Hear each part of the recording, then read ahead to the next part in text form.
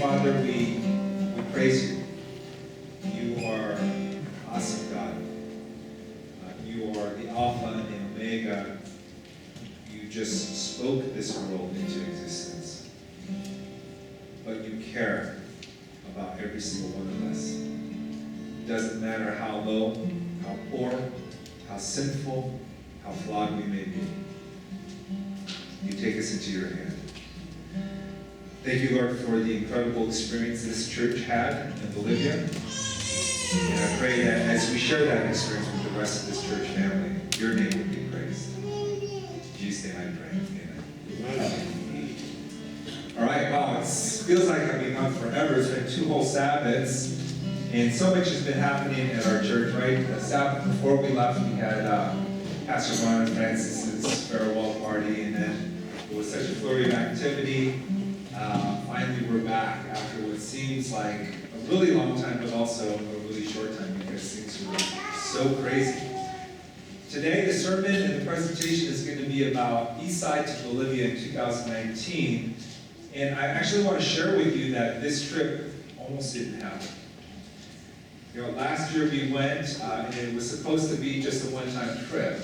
We'll talk a little bit more about the original ideas for that and what it ended up being. But when we decided to go this year, we had certain assumptions in place. And that was that we'd be able to get over $20,000 in medical, dental, equipment, pharmaceuticals, vacation Bible school supplies over.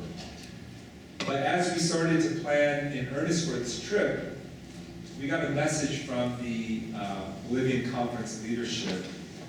The attorney for the Bolivian conference, actually, they felt that it was important to warn us that just a short time before, a similar trip organized by Maranatha had been stopped at customs, and all of their medical and dental equipment had been seized by customs, all of it.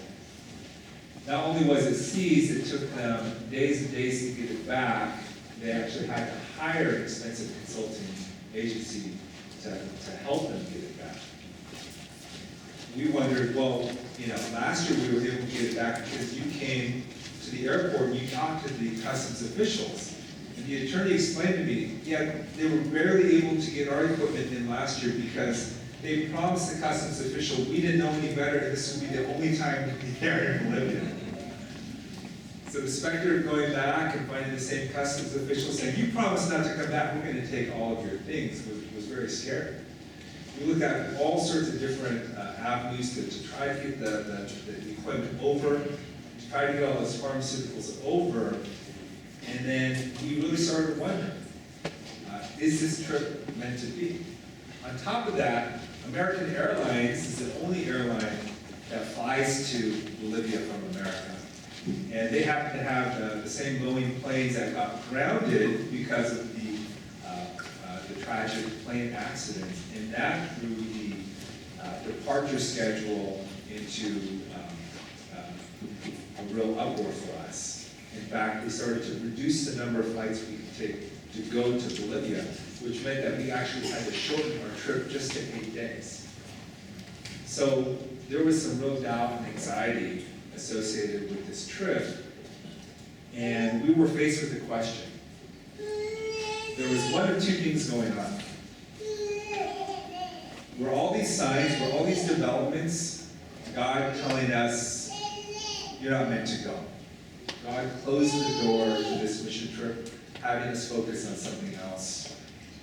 Or was it a sign that there was a very important and big work to be done for God, and the enemy was attacking us? We prayed on it, and we decided it was the latter.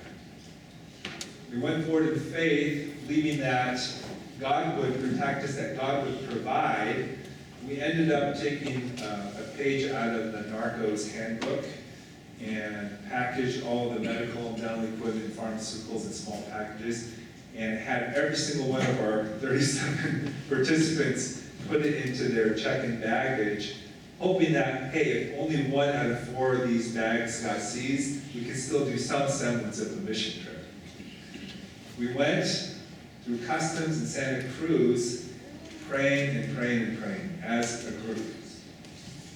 And at Customs, about 5 families got stopped. Bags got opened, people started getting yelled at.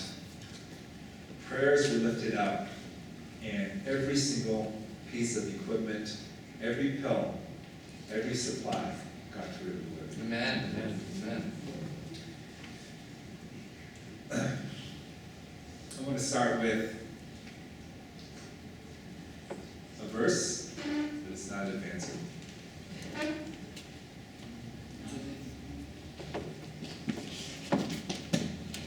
Maybe we have it.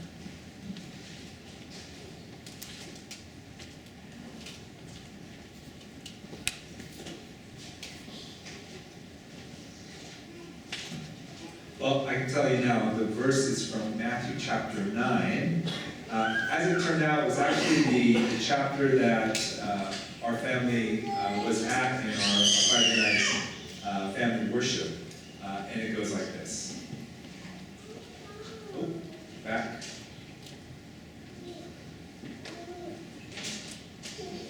All right, here's a preview of the slideshow.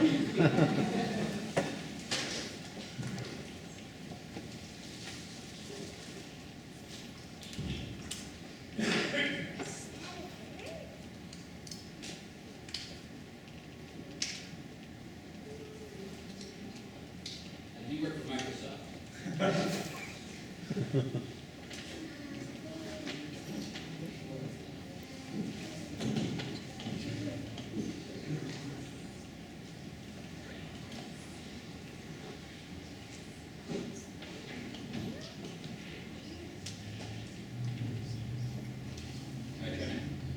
Okay, I need the remote. Then Jesus went about all the cities and villages, teaching in their synagogues, preaching the gospel of the kingdom, and healing every sickness and every disease among the people. But when he saw the multitudes, he was moved with compassion for them, because they were weary and scattered like sheep having no shepherd. Then he said to his disciples, "The harvest truly is plentiful, but the laborers are few. Therefore pray the Lord of the harvest to send out laborers into his harvest." The title of today's sermon presentation is Laborers to the Harvest. When we were in Bolivia, and as we were designing this medical, dental, vision, VBS mission trip, we tried to decide, how do we do this? Where do we take our guidance from? And our decision was, let's take our cues from the great healer himself, Jesus. When we got to Bolivia, certainly the harvest was great. There were just hundreds of people every day, just in dire need of basic medical, dental, vision services. There were people who had not seen clearly for years. There were people who had just the most basic of medical and dental and vision problems. So we went about serving them. Jesus was our intake person extraordinaire.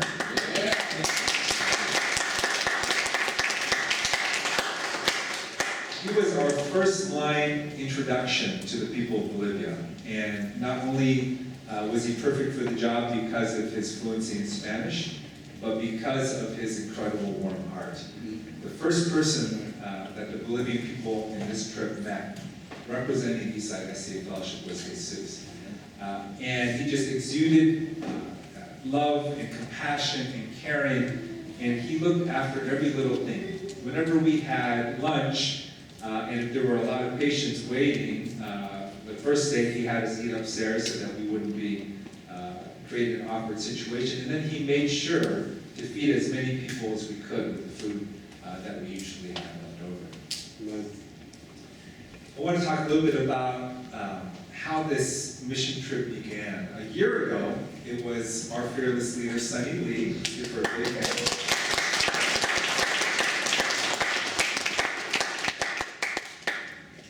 who led out the idea of Eastside creating and planning and going on its first actual mission trip.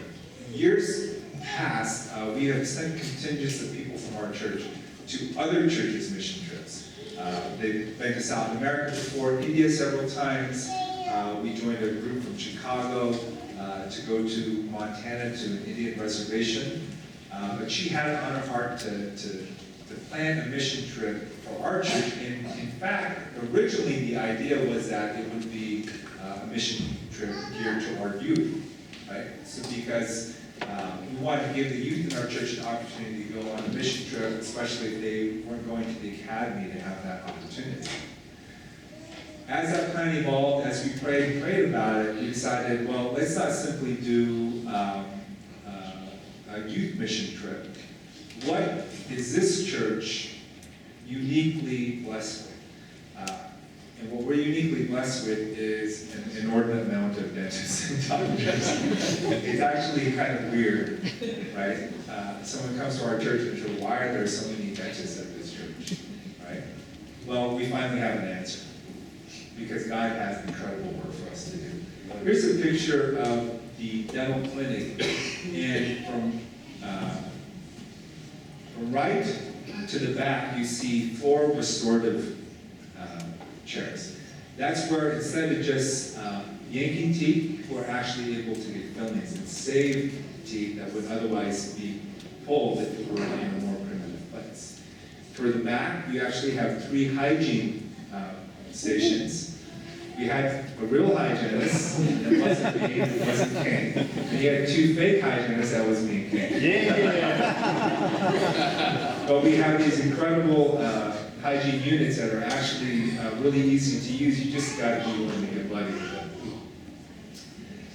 But restorative units that we brought, last year we only had 1 good one, right? The other 3 were really lousy, and they really hampered our dentist's ability to work. Leading up to this trip, we decided God had greater things in store for us, and we fundraised for 4 brand new top-of-line portable dental units where we could do the most effective work possible. One of the ways in which we were able to purchase these units was with the generous support of the Korean-speaking group. I want to give them a big hand.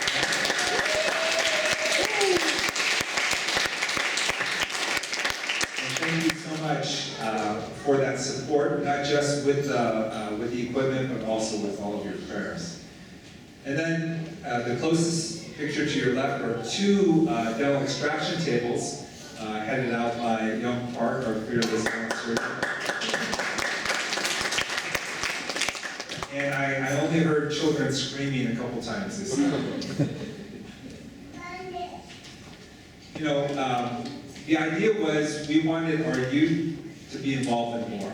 And I'll tell you, it became not something where the youth aspect of this trip was took the back seat, but actually where the youth involvement continued to take the front seat. And I believe that we provided them an incredible experience that was really unique. In fact, we really worked them to the bone.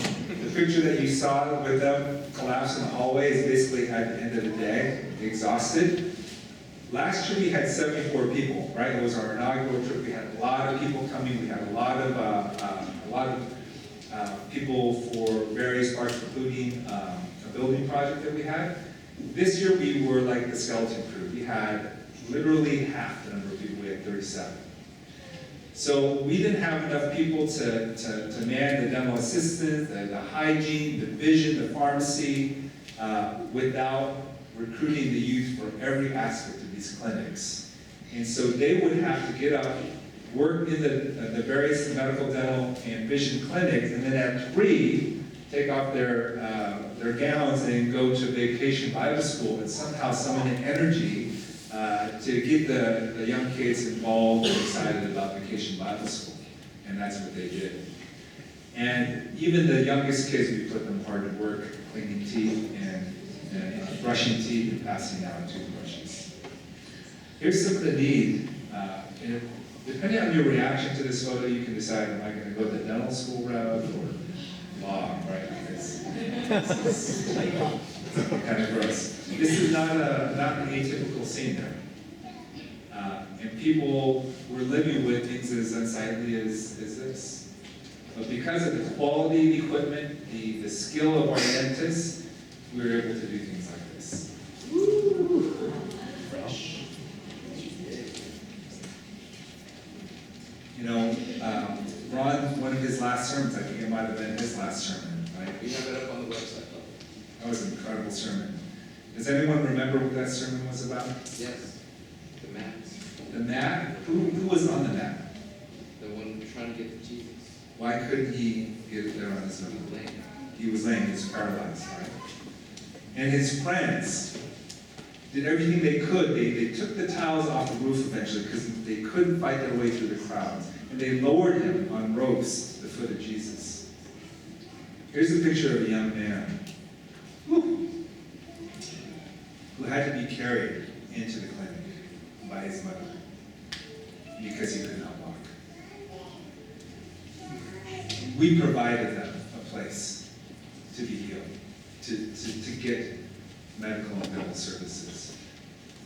And it just warmed my heart to be able to do that. This mission trip, we envision as a great opportunities for families to be able to experience something like this together. And that's what was so special about this trip and every trip. Families are able to come and have that experience together. Kristen came with Jaden last year, but she and Tom were able to come with their whole family this year. Another important aspect of these mission trips is not just outreach to the people that we treat, but outreach to the people who participate in our mission trips as well. Last year, Sonny's brother and his new wife came to participate in the mission trip, and actually his wife ended up getting baptized in Bolivia. This is a picture of Audrey and Beth Burris, who Audrey is Danny's hygienist and is not a believer, but she came, was happy to take advantage of an invitation from Danny and Catherine for her to come with her daughter, and they were an incredible asset because she's an actual real hygienist. I just kind of looked over her shoulder and said, what am I supposed to do? And she was answering questions for me. I had to ask, is there a difference between calculus and tartar? And she said, no, they're the same. And towards the end of the week, as Jeannie was talking to her, telling her how much we appreciate it, she was saying what an incredible experience she and her daughter were having. And that her daughter Audrey was already telling her that she wanted to come back next year. Again, there's a picture of Cain. Cain and I kind of compared notes. He started doing this last year, so he had kind of like, a little bit of a head start. Right? And then by this trip, the different dentists were saying, hey, go to hygiene school, I'm going to hire you. And everyone else said, no, I have dibs on him. Full time. I have to be honest, right? I didn't know what the heck I was doing the first couple of days. Basically, these hygiene machines are these little wands, and at the tip, you can put these metal tips in. They vibrate at super high speeds, right? And so you just are able to dislodge calculus and tartar and all that gunk in the teeth by using this instrument. But I was scared. I was like, just kind of like grazing the surface, and then put some fluoride and calling it done. Dr. Park came over. He's saying, "Hey, did you get that stuff off?" I was like, "What stuff?" My headlamp was like the cheap one you get from Costco. He put his professional headlamp on and like showed me like all this calculus. And he goes, "Here, let me show you." And he's in here. He's like a jackhammer. He's like, and all this calculus and chunks of tartar were just flying around. And I was like, "Wow, my eyes were open." And then, of course, it was bleeding because when you have calculus and tartar, your gums are infected and they're going to bleed. But I was able to learn from the master that if you're going to get serious, you got to see blood. And then from then on, I was actually halfway decent. Up until that point, my motto was fake it until you make it. And then we had our medical clinic. Each of the clinics had a little bit of a different dynamic. What was really beautiful about the medical clinic in essence, it was almost like counseling rooms. Right? Each of the doctors had a full-time, we picked the best translators to assist them, and they were able to actually pray with most of their patients. One opportunity that Joe had, Jesus healed the lame, right, and so forth, made the deaf to hear. Joe actually made the deaf to hear because one patient came in and he sat down and Joe said to the translator, "So how can I help you? What's your problem?" He said, "I just can't hear." "Well, were you born with that?" "No." "Well, let me take a look." He looked in his ear and his ears were completely impacted with earwax, right? So deep and so plugged in that he literally couldn't hear. And so Joe took the next hour using the softening solution and tweezers that he borrowed from the dental clinic to extract the earwax, and by the end he was leaping for joy because he could hear.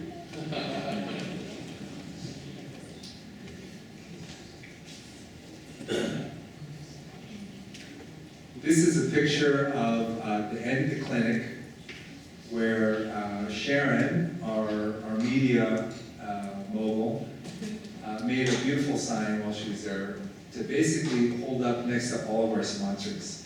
Colgate sponsored us and sent us all these toothbrushes. This is a plug for the upcoming charity golf tournament.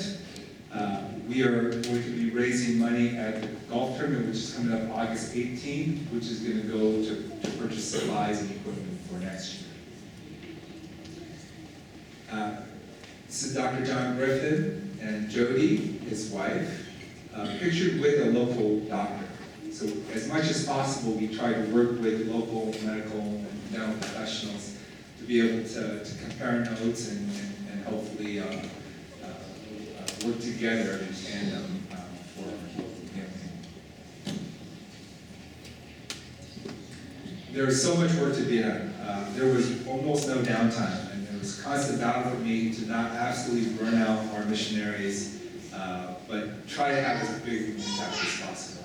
This is a picture of our pharmacy crew. They're separating pills.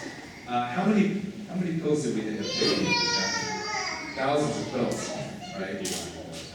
Multivitamins, Tylenol, antibiotics, all of that got through.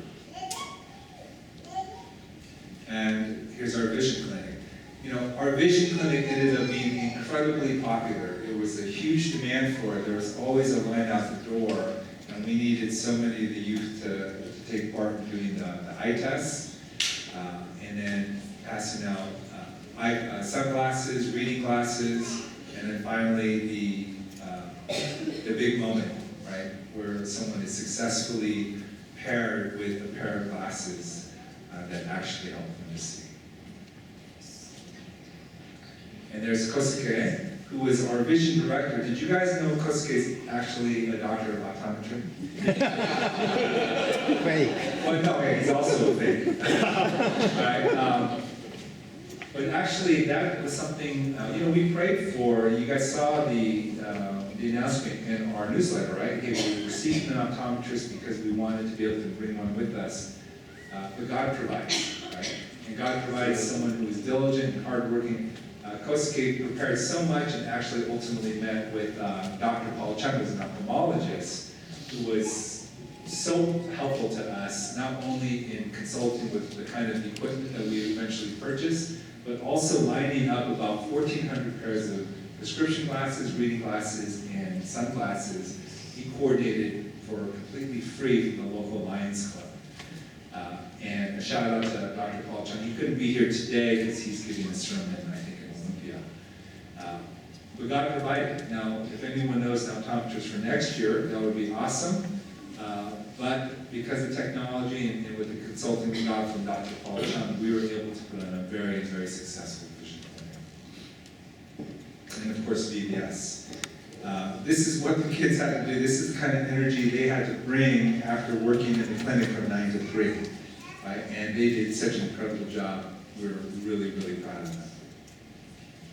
And here are the VBS kids at the end of the week, toward the end of the week.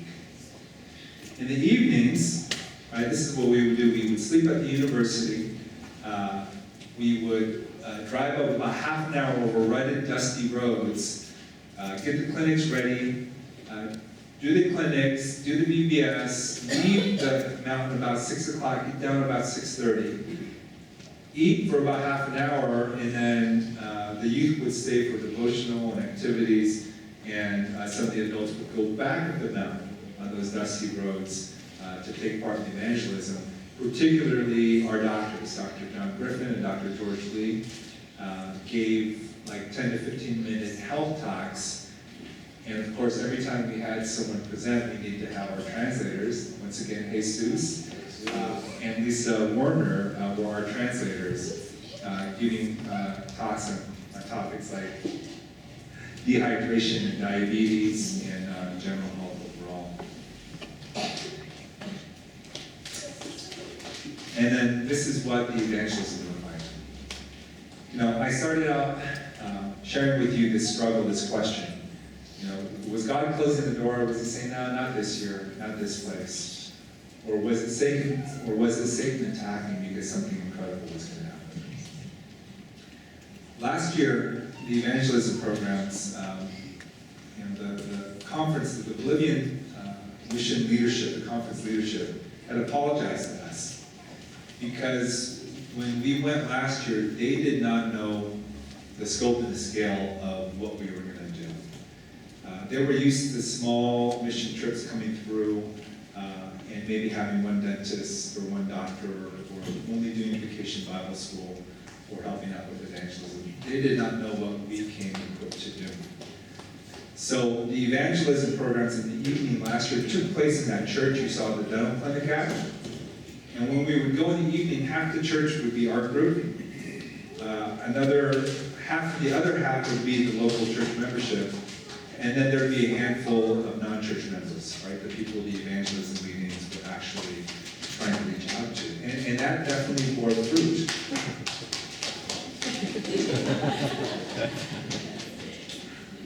But this year, the vision and the plan, right, was to see what God could do if we worked in partnership with the Bolivian church leadership for a whole year. And what they did is, for weeks before our mission trip, they promoted and advertised. They had the theology students from the Adventist University there and the theology professors go door to door with flyers, telling them about the medical dental vision, BBS mission trip coming, and the evangelism programs. The evangelism programs were so successful they had to move it outdoors to the courtyard outside. The very first night, there were 75 people in one location and 40 in another. The second night, there were over 150. The third night, there were over 250 people at this location and 100 at the third location. This guy, who's almost as dynamic as Ron Sidney, is Pastor Willie. He's the evangelism director of the Central Bolivian Mission. Bolivia, the church is organized in the Bolivia Union, right? So the entire nation is called the Bolivian Union. And they are separated into three missions, Eastern and Western, and the Central, where we're at. Pastor Willie is the evangelism director for the Central Mission of the Bolivian Union. And this was one of the evenings, the last evenings that we came, we attended, and the little blue and white booklets that the different people are holding up are baptism Bible studies. When we met with them to ask, hey, how has this program gone? Has it been successful? Has it been fruitful? He shared with us, at the two locations, the one location was a little bit farther down the hill. That church is ironically called Loma Linda. By the, not quite the end, so there may be more, but at the time that we were meeting with them, that church had 60 people signed up for baptism Bible studies. And this location, Libertad, where we held the clinics, they had 140. 200 baptism Bible studies. And when we arrived there, he was asking the crowd, who here is excited to study the Bible, and all these people were waving their Bible studies. Man. Their eyes bright, their faces lit up with the joy of coming to know our Lord and Savior, Jesus Christ. So where do we go from here? The gentleman on the far left is President Belmont. He's the president of the Central Mission of the Bolivian Union. Think about it this way. So we have a conference president, right, Doug Payne. We have a union president, John Friedman, and then we have presidents of North American Division and so forth. President Belmont is maybe somewhat equivalent to a union president, right? Because it's a giant chunk of the country. For 6 weeks before we left, he spent about an hour on telephone video conference with Jesus and I, personally planning for this trip, because he understood how impactful it could be for the people of Bolivia. There's that bald guy, me. Next to him is Pastor Willie, the evangelism director. And then to the far right is Juan, who was our liaison. He stayed with us the entire week at the university dorms. He came to the clinics. He was our troubleshooter. He was pretty fluent in English, although he wished he could be better. He promised he's going to be even better by next year. And he was the person that they had appointed, because we said, look, we really need someone on the ground. We need someone with us all the time, because we're not going to go with Maranatha this year. Maranatha is an amazing organization. They do some incredible things. There was a $150 per person missionary fee that we wanted to be able to save on, and we also saw that we could work directly with the Bolivian church leadership. So we decided to go on our own. So we said we needed someone who could be there the whole time with us, and they provided one, and he was incredible. I'm showing you this picture because we had to decide, right? The vision for this mission trip was for it to be a recurring one, right? For us to be able to go multiple years. But we needed to be responsible about it. We needed to know, was this successful? Was this God's plan? Was this God's work? Are we having an impact? I communicated to President Belmont, we have two goals. We have two missions, right, for this mission trip. One is to try to treat, to try to serve as many needy indigent people as possible. The second is to grow God's church, right? In terms of serving indigent needy people, last year, in terms of the intake forms, right, that every patient gives us when we see them in any one of the clinics, with 74 people, we saw, I think, 1,259 people. This year, with exactly half the number of people, working people to the bone, we saw that number plus 15. So, yes, the first goal was met, right? Serving a high number of indigent needy people. And the second question was, can we help grow God's church? When they told us we have 200 baptism Bible studies signed up, that question was answered as well. But we found out that we may think that we have big plans, right? That we're thinking big, we have a big picture, that we're doing something big. But what I've learned is never underestimate God. You may think that you thought about it all and that hey, we're doing something big here, but it turns out God has something even bigger in store.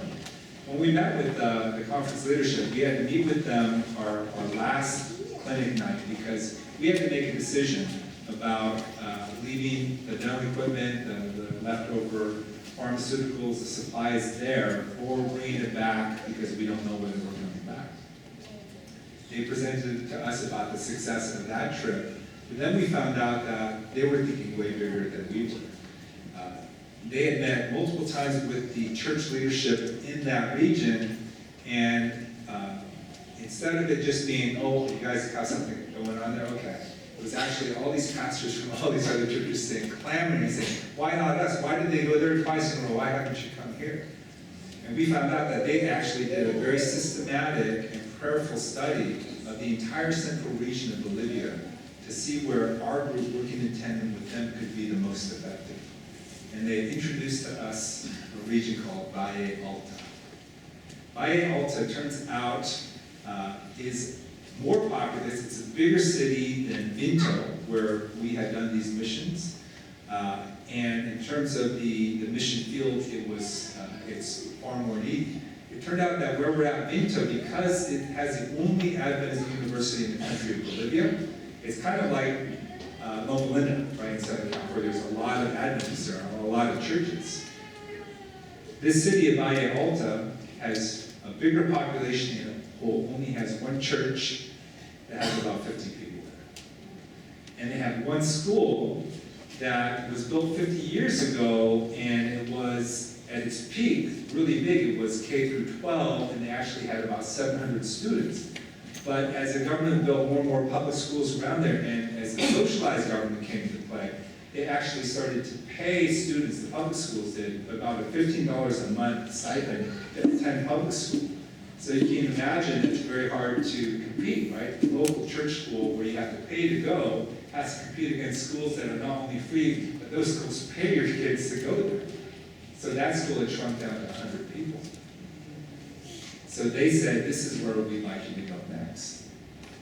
So we had told them we have two goals, we have two priorities, to serve needy people and to grow God's church. And now the conference leadership is telling us, well, here's a place where there are even more needy people, and there's even a bigger need to grow God's church. And we're like, oh, I guess we have to go. We were a little bit worried because we didn't think it would be possible for there to be a better setup, right? For the clinics as well as for our lodging, because the university is not fancy, but it's clean, it's comfortable. There's a local cafeteria for us to eat clean and healthy food. But when issued a call, we went back that evening as a leadership group, shared it with the rest of the group, and we decided we needed to have a critical mass of families who would commit to go next year to be able to responsibly tell them, yes, we will come. And we got that critical mass. And even those who couldn't commit to going, it was unanimous. Eastside is going back to Bolivia. Amen. So the very next day we went to Valle Alta, 6 of us, to scout out the new location. And we were going resigned to have to rough it, because when they told us about this location, we said, well, where are we going to stay? We have families who come.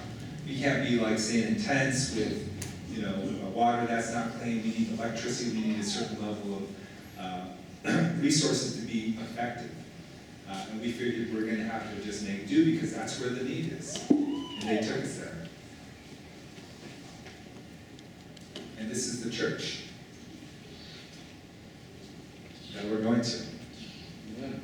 3 times as big as the church that we were at, with electricity, with water. And this is a school right next door, with an actual paved courtyard, with a huge one, right? Did you see where Jesus was intaking people? That place is all dust. Jesus almost got laryngitis because he had to talk so much, but also because of all the dust. And here are the classrooms that we'll be at. Oh, and by the way, the food was a little bit better this year, but these are probably going to be our cooks next year. They were a little bit embarrassed because when I went in to introduce myself, something delicious was cooking on the stove, and they kind of put the lid over it. I'm like, oh, what's this? And I took the lid off, and it was like some sort of carne asada. And then when they saw that I wasn't condemning them for it, they heaped some on some fried potatoes, and it was one of the best dishes we had.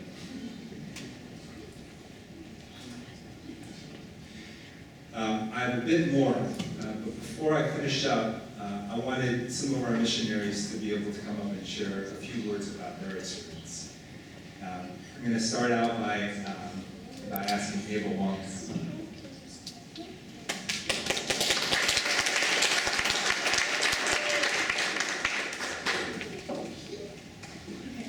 I'm nervous.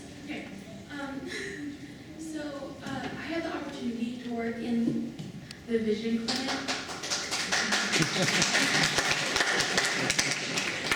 Thank you. And I'm just going to tell you guys a little story. So, probably the adults don't really remember this, but because, I don't know, because I'm young and I haven't experienced this yet, it was just really impactful. So there was this like old lady, and she had really bad vision. Like she couldn't see almost like the big E on the chart, and I just felt really bad. And then, so we were about to say that we couldn't do anything for her, and then Uncle Kosuke said just to take her into the auto refractor and just to see what like we could do about it. So I took her in, and I was just waiting, because I was part of the auto refractor. So I was just waiting, and I was just praying that she would, like, that we would help her with her vision. I'm sorry. And I just really wanted to help her, because like, I don't know what struggles she's been through. I don't know what kind of difficulties like she's been throughout her whole entire life. And compared to me, I'm probably just like a little, the worst I've ever done is like, oh, I scratched my knee. That's the worst. Like, and I was just praying that we would just help her. And then finally, we actually got glasses for her. And she could see. I don't think she could see well, but she could see. And she took my hands and she kissed me on the cheek, and she was so full of appreciation, and she just said, God bless you, thank you so much for helping me. And I don't know if it's just I'm young and I haven't experienced that, but I just felt so happy that we could help her. And I just felt that, like, the impact that we have on them is like is so big, and also the impact they have on us is as big as, I'm sorry, I'm just really nervous. But yeah, that just warmed my heart, and that just made my whole entire trip a lot better, because before that, I was debating on whether I would go to Bolivia again next year, and because of that, I'm probably going to go next year.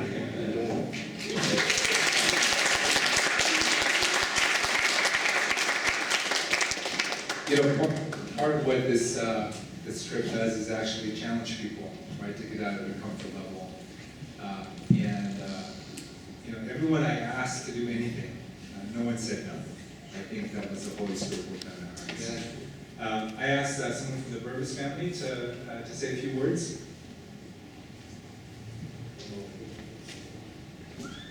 Sorry you get me, because Jesus still can't talk. He's still trying to talk to me golden stuff. Okay, I'm going to read off my notes because I don't want to forget what I have to say here. So, first and foremost, I'd like to say a big thank you to all the youth that helped out. They were amazing. They were absolutely amazing. Youngest to oldest, every single one of them was out there and put down 100%, and it was tiring. So, thank you, youth. We didn't get a lot of practice time before leaving on the trip, but once Kane pulled the kids together to practice, and of course making it fun for them to learn all the songs and make sure all of the kids were engaged. So thank you to Kane. Kane was instrumental in getting the kids involved. I just compare myself to him. If I would have gathered the kids together, I would have been, you know, sort of like, okay, come on kids, we got to do it. Just, you know, buckle down.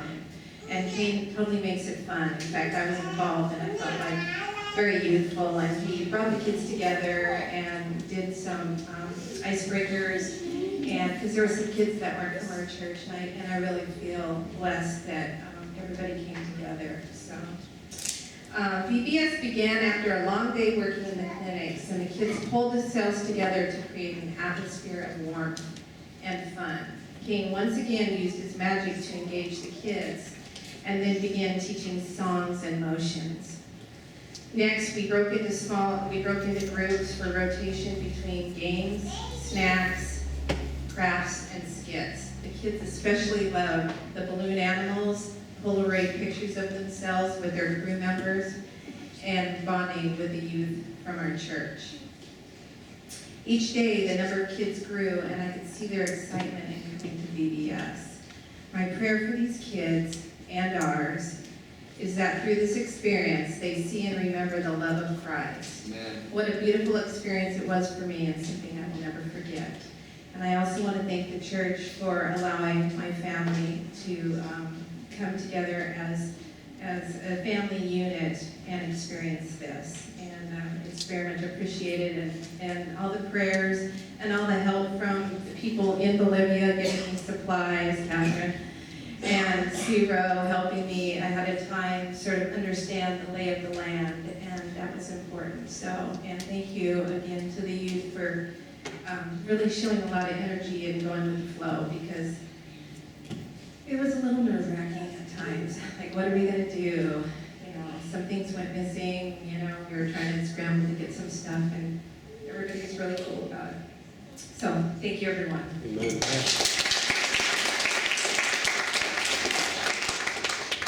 On the heels of Lori saying thank you, I want to actually officially recognize and thank each of our program heads, starting with Lori, who was our VBS director. Kane, as Lori just talked about, helped to actually execute VBS as Lori planned everything and was behind the scenes making sure everything was provided for. So I want to give Kane a big hand, not only for VBS, the glue to hold all the youth together. Every evening, you know, the kids actually worked the hardest during the day, right? They had to do both. So in the evening, I told them, right, don't go up the mountain again, stay there on the facility, have some fun. But I asked Kane to lead on devotional every night, which he did, and there were some great inspirational stories coming out from that, so I want to give Kane a big hand too. I want to recognize Danny Lee, who is our dental director. You know, that was the biggest clinic, right? That we had, as you saw, the 9 chairs, all that equipment, all the supplies. I had asked him, I was constantly calling him, what kind of compressor do you need? You said hose, what kind of hose do you need? Connect compressors. We had the church leadership buy the compressors out of there. Then we actually had to give them instructions about how to alter the chairs and so forth. And Danny worked really, really hard as a dental director. Dr. John Griffin was our medical director.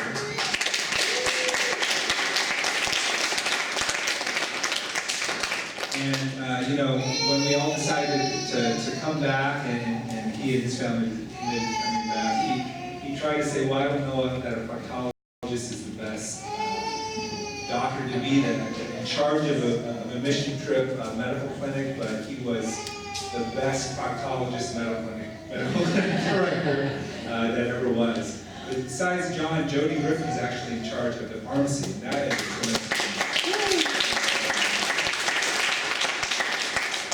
I talked about what Kosuke did with the vision clinic. He was actually the most hairy person the whole day, because it was really kind of having to start from the ground up. We didn't have the official auto refractor. We had some new equipment that was causing some challenges. The old people didn't know how to work it. There were lines going out the door, but he kept us cool. He made some adjustments, and by the second day, he was just clicking, and they saw way more patients this year. I want to give Kosuke a big hand.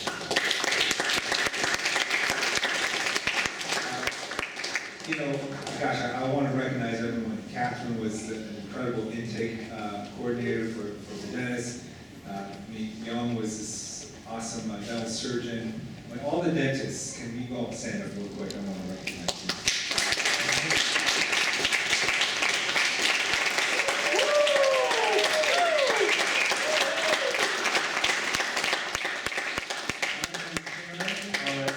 Two of our new dentists who came. Are you guys the only new dentists who came this year? Right?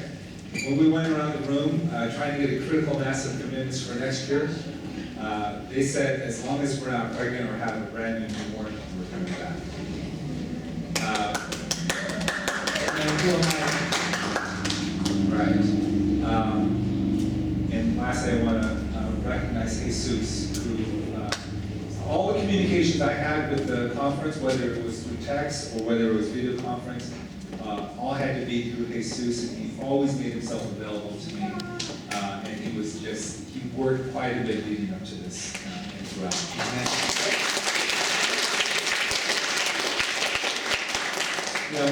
I wanted to close with a few series of pictures. This is actually a picture from last year, right? Is that not the cutest, happiest little baby you've ever seen? Right? When we were going through the Evangelism series, the services at night, this mother and this little baby was sitting across from us. And that's how this little baby looked the whole time. And he just really caught my eye. I was like, who's that little baby? He's so cute. They must be longtime church members, right? We found out later that actually they were not longtime church members, but actually newly baptized. This was a family. The little baby was that boy. This is Elizabeth, Emmanuel, and the little baby is Aaron. We found out that they were new church members, that they were brought in through this program, and at the end of the week, they were baptized. One of the first things I kept my eye out on my baptism, when I see Elizabeth and Aaron and Emmanuel again, and they were there from the very beginning. They asked me to say a few words the last evening that we were there. And what I told this church, right? This church, Libertad, had been built about a year or less than a year before we came. At the time that we arrived, there were 15 members. When Eastside SDA Fellowship started in the year 2000, guess how many members there were? There were 15. There were 15. We found out that a year later when we came back,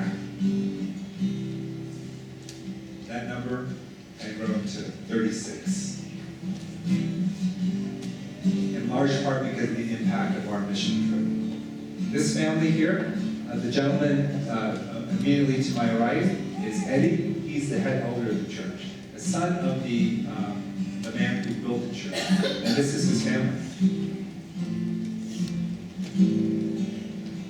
I told them that although we are separated by thousands of miles, we are like two families in Christ that are actually like one family in Christ. It doesn't matter that we're separated by language and by culture. We're fellow believers, and it was an honor and a privilege to do something to help grow this church. This is a picture of the young couple. Because of the flight changes with American Airlines, we could not be there for the second Sabbath like we were last year. And we were able to see more of the baptisms. And as we were leaving this last night that we were there, someone introduced me and Jeannie to this couple. These are new believers. They're scheduled 2 days later, because this was Thursday night, on that Sabbath, to not only be married, but be baptized together in that church.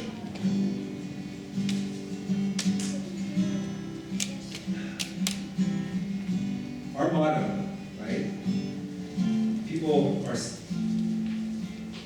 seen our logo, right? It's a cross. It's not 2 flags, 3 flags, vertical somehow. It's a cross, right? And the motto has 3 icons, three pictures. There's a heart, because we believe we're called to love. And there's a Bible, right? Because we believe we're called to disciple, to teach. But then there's a hand that Mark Bastian, who I also want to give a big shout out to, designing our t-shirts again for the second time.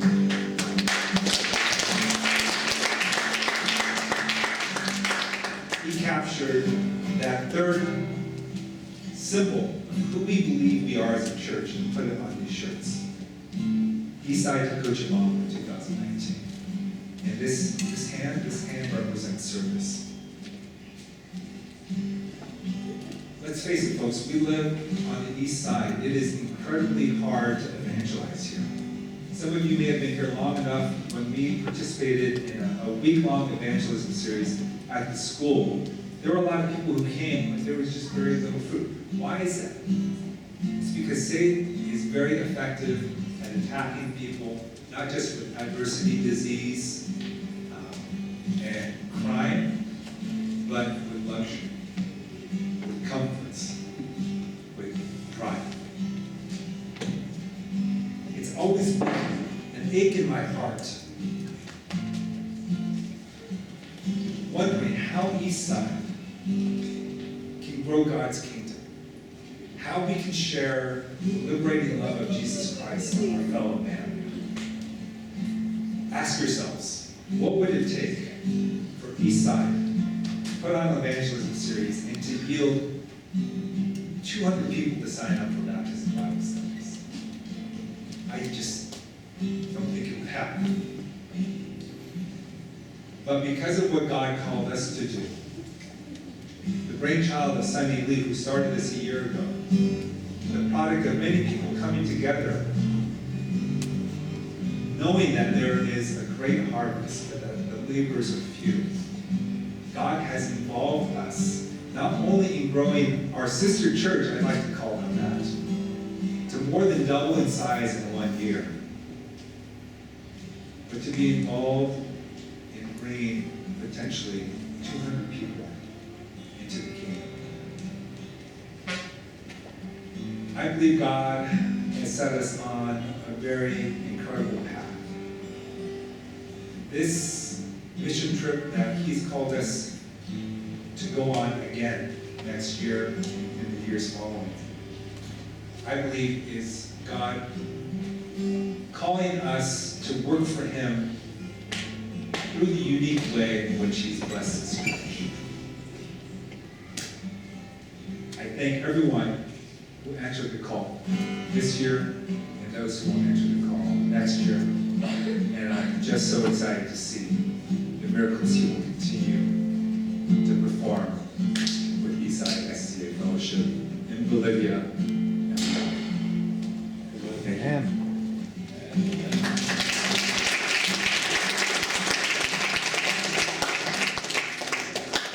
I just stand with me as we sing our last song.